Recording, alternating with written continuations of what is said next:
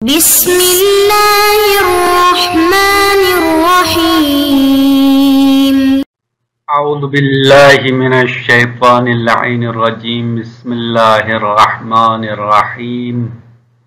طلاب کرام السلام علیکم ورحمۃ اللہ وبرکاتہ. امید ہے آپ سب خیر و عافیت کے ساتھ ہوں گے. فرائض الاصول رسائل حصہ سوم سبق نمبر 44. استصحاب کے بارے میں مصنف کے قول مختار پر دوسری دلیل استقراء ہے. استصحاب کے بارے میں مصنف نے جس قول کو انتخاب کیا تھا اس قول کے اوپر ادلہ پیش کرتے ہوئے آج دوسری دلیل کے بارے میں گفتگو کریں گے. پہلی دلیل اجماع منقول ہے جو سبق نمبر 43 میں اس کی تفصیل بیان کیا. آج کے سبق میں دوسری دلیل استقراء ہے. استقراء یعنی جستجو اور تحقیق، یا دوسری عبارت میں اس کو اجماع عملی کہہ سکتے ہیں. پہلا اجماع قولی ہے، دوسرا اجماع عملی ہے.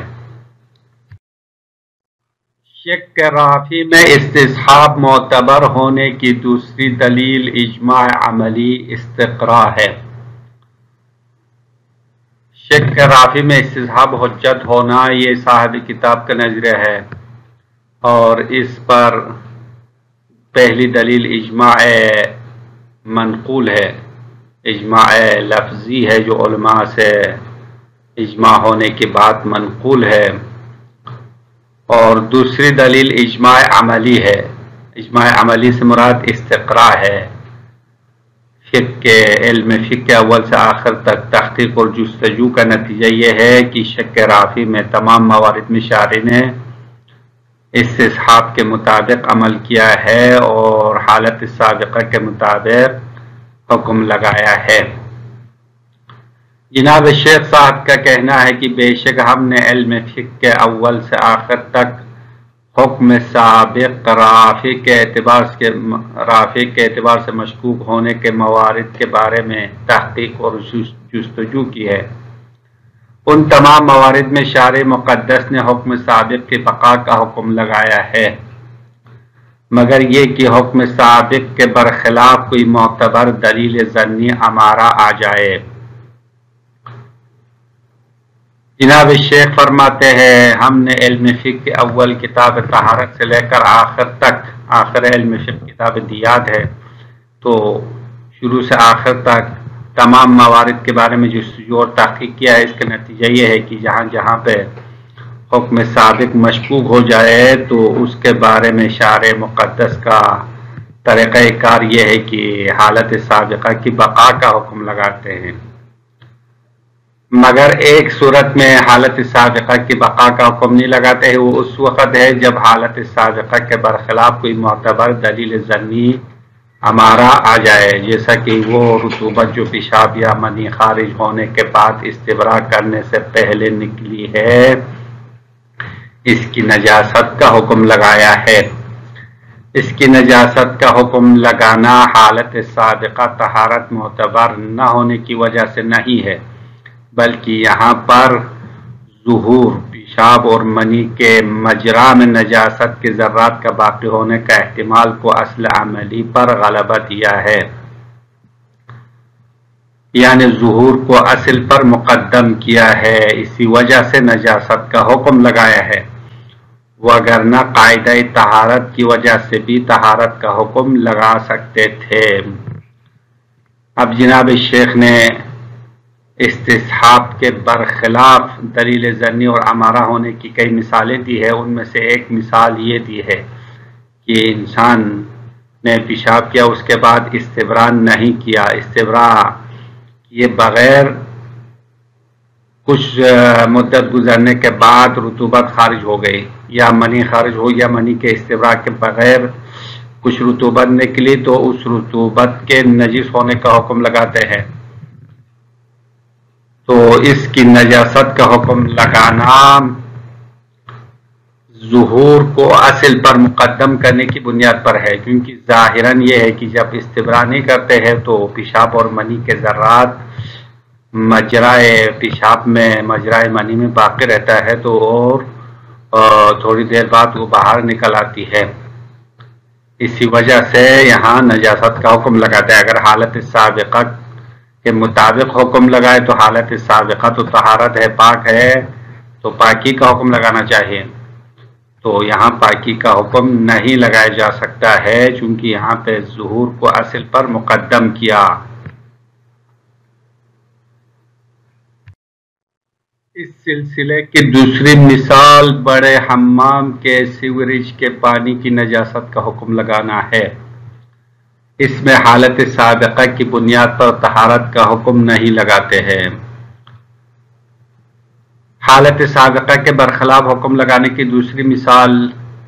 یہ ہے کہ بعض علماء نے، بعض فقہا نے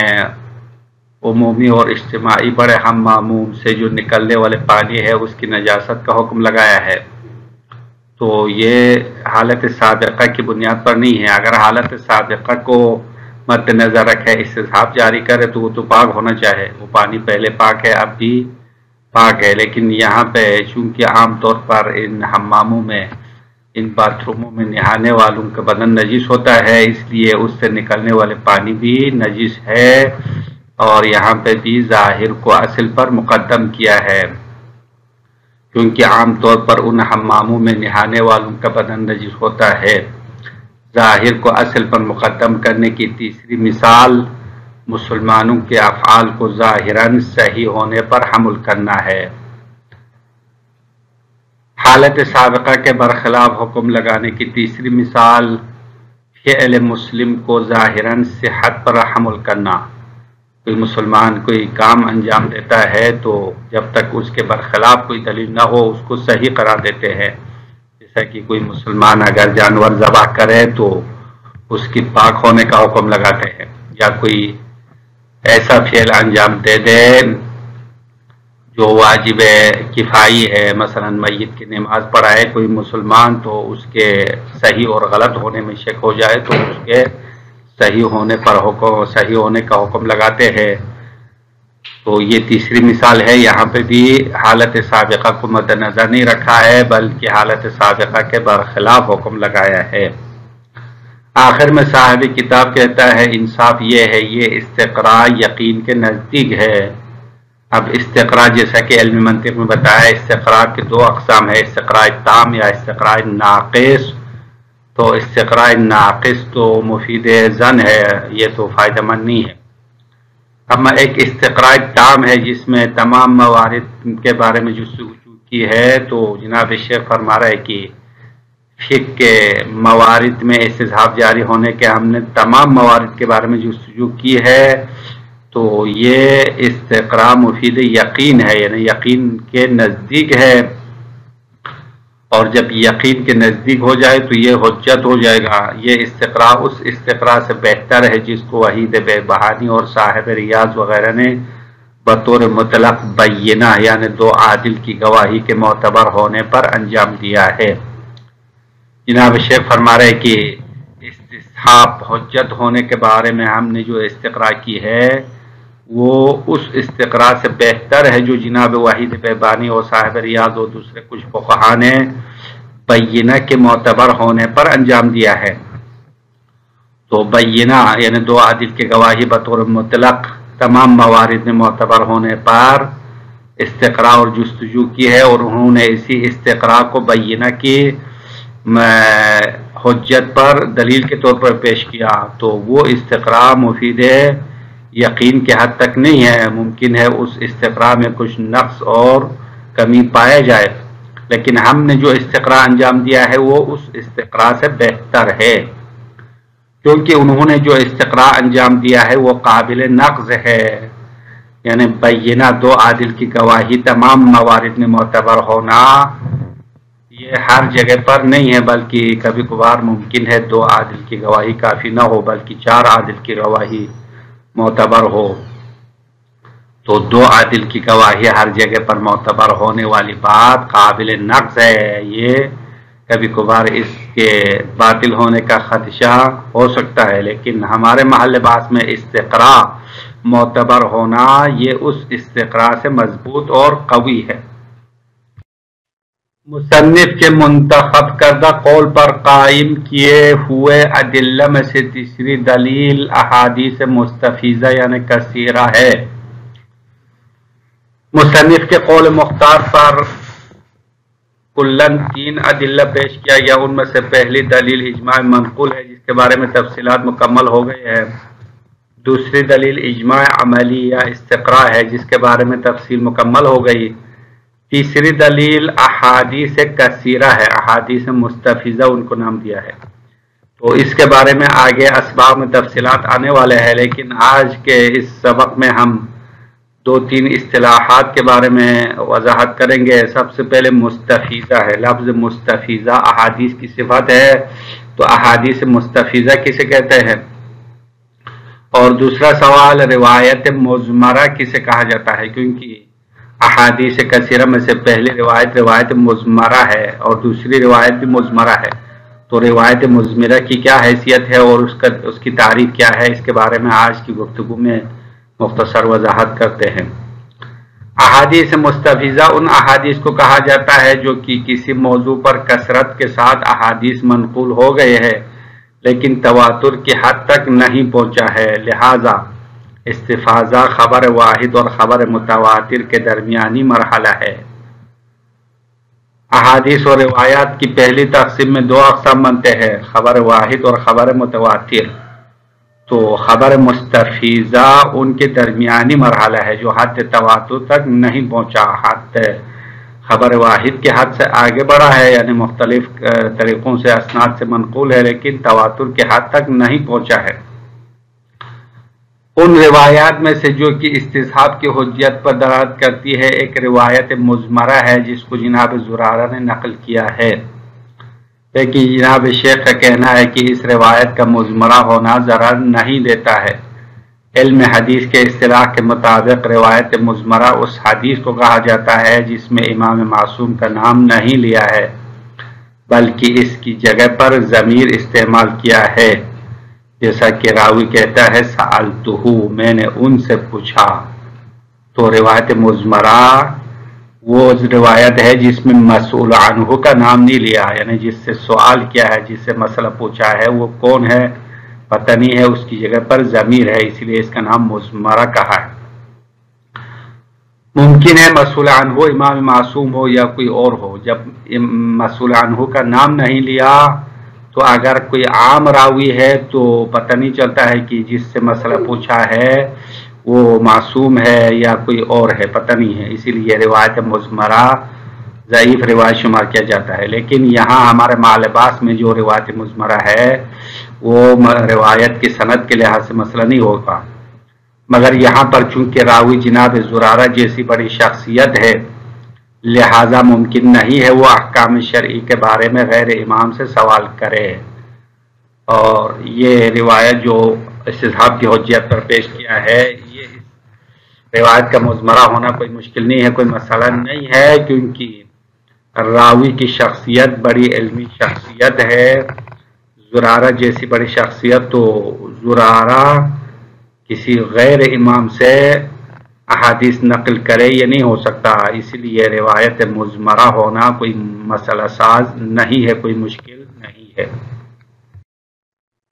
الوجہ الثانی، قول مختار پر قائم کیے ہوئے ادلہ میں سے دوسری دلیل الاستقراء، استقراء ہے، اجماع عملی ہے۔ انا تتبعنا موارد الشک فی بقاء الحکم السابق، جناب شیخ فرماتے ہیں ہم نے حکم سابق کے بقا میں شک کرنے کے تمام موارد کے بارے میں جستجو کی ہے۔ المشکوک من جہت رافع، حکم سابق کی بقا رافع کی جہت سے مشکوک ہے، یعنی شک رافع والی تمام صورتوں کو ہم نے دیکھ لی ہے۔ علم نجد من اول الفقہ الى آخرہ، ہم نے علم فقہ کے اول سے آخر تک نہیں پایا موردن، کوئی بھی مورد نہیں پایا، الا وحکم الشارع فیہ بالبقاء، مگر ان موارد میں شارع نے بقا کا حکم لگایا ہے۔ الا مع امارۃ توجب الظن بالخلاف، الا مگر ایسے امارہ ایسے دلیل معتبر کے ساتھ جو کہ حالت سابقہ کے برخلاف گمان کا سبب بنتا ہے. تو اگر حالت سابقہ کے برخلاف امارہ موجود ہو، دلیل معتبر موجود ہو، تو حالت سابقہ کے بقا کا حکم نہیں لگایا ہے. اب اس کی 3 مثالیں دیتے ہیں جہاں پہ حکم سابق کے برخلاف حکم لگانے کی مثال ہے کل حکم بنجاست الخارج قبل الاستبرائی، جیسا کہ اس رطوبت کے نجاست کا حکم لگانا جو استبراء سے پہلے نکلنے والی ہے. تو کسی نے پیشاب کیا ہے یا منی خارج ہو گیا ہے اور استبراء سے پہلے اس نے وضو کر لیا، بعد میں رطوبت نظر آئی ہے، تو اس صورت میں آیا وہ رطوبت پاک ہے یا نجس ہے، تو یہاں پہ اس رطوبت کی نجس ہونے کا حکم لگاتے ہیں، اگرچہ حالت سابقہ کا تقاضا اس کا پاک ہونا ہے. اما چونکہ یہاں پہ حالت سابقہ کے برخلاف ہمارے ظنیات ظاہر موجود ہے اور ظاہر کو اصل عملی پر مقدم کیا ہے، فَإِنَّ الْحُكْمَ بِهَا، بے شک طہارت کا حکم لگانا لَيْسَ لِعَدَمِ اعتبار الحالت السابقہ، یہاں پہ طہارت کا حکم لگانا حالت سابقہ کے معتبر نہ ہونے کی وجہ سے نہیں ہے. یہاں استصحاب حجت نہ ہونے سے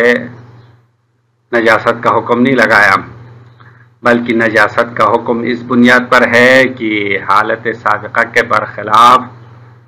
ظہور آیا ہے یا امارہ ظنیہ آیا ہے، تو امارہ ظنیہ کو استصحاب پر مقدم کیا ہے. وَإِلَّا لَوَجَ الْحُكْمُ بِالطَّهَارَةِ لِقَاعِدَةِ الطَّهَارَةِ، وَإِلَّا یعنی اگر ایسا نہ ہو، یعنی حالت سابقہ معتبر نہ ہو تو یہاں پہ بھی طہارت کا حکم لگانا چاہے تا قاعدہ طہارت کی بنیاد پر، یعنی قاعدہ طہارت میں حالت سابقہ مد نظر نہیں ہے. اگر طہارت و نجاست میں شک ہو تو وہاں پہ قاعدہ طہارت کی بنا پر کل شیء طاہر والا قانون کے مطابق طہارت کا حکم ہونی چاہیے. لیکن یہاں قاعدہ طہارت بھی جاری نہیں کرتے ہیں، بلکہ ظہور کو مقدم کیا ہے استصحاب پر اور قاعدہ طہارت دونوں پر. ظہور کو مقدم کر کے اس رطوبت کی نجاست کا حکم لگا چکے ہیں. بل لغلبۃ بقاء جزء من البول او المنی فی المخرج فرجح هذا الظاہر علی الاصل، استبراء سے پہلے نکلنے والی رطوبت کے نجس ہونے کا حکم اس وجہ سے ہے چونکہ بول اور منی کا ایک جز باقی رہنے کا گمان غالب ہوتا ہے مخرج منی میں. فرجح هذا الظاہر علی الاصل، پس شارع نے اس ظاہر کو اصل پر ترجیح دی ہے. کما فی غسالۃ الحمام عند بعض، جیسا کہ حمام سے نکلنے والے پانی ہے نکلنے والے پانی اس کی نجاست کا حکم بعض علماء کے نزدیک ہے، تو یہ بھی اسی بنیاد پر ہے، یعنی ظہور کو اصل پر مقدم کیا ہے. کیونکہ عام طور پر ان حماموں میں، ان بڑے اجتماعی باتھ روم میں جو نہانے والے ہیں ان کے بدن نجس ہوتے ہیں، اس سے نکلنے والے پانی عام طور پر نجس ہونا چاہیے. والبناء على الصحة المستندة الى ظہور فعل المسلم، اسی طرح حالت سابقہ کے برخلاف امارہ ہونے کی تیسری مثال فعل مسلم کے ظاہر پر حمل کرتے ہوئے اس کی صحت پر بنا رکھنا. اگر کسی مسلمان نے کوئی فعل انجام دیا ہے تو اس کی صحیح ہونا یا غلط ہونے میں شک ہو تو اس کے صحیح ہونے پر بنا رکھتے ہیں، جو کہ مستند ہے ظہور فعل مسلم کے ساتھ.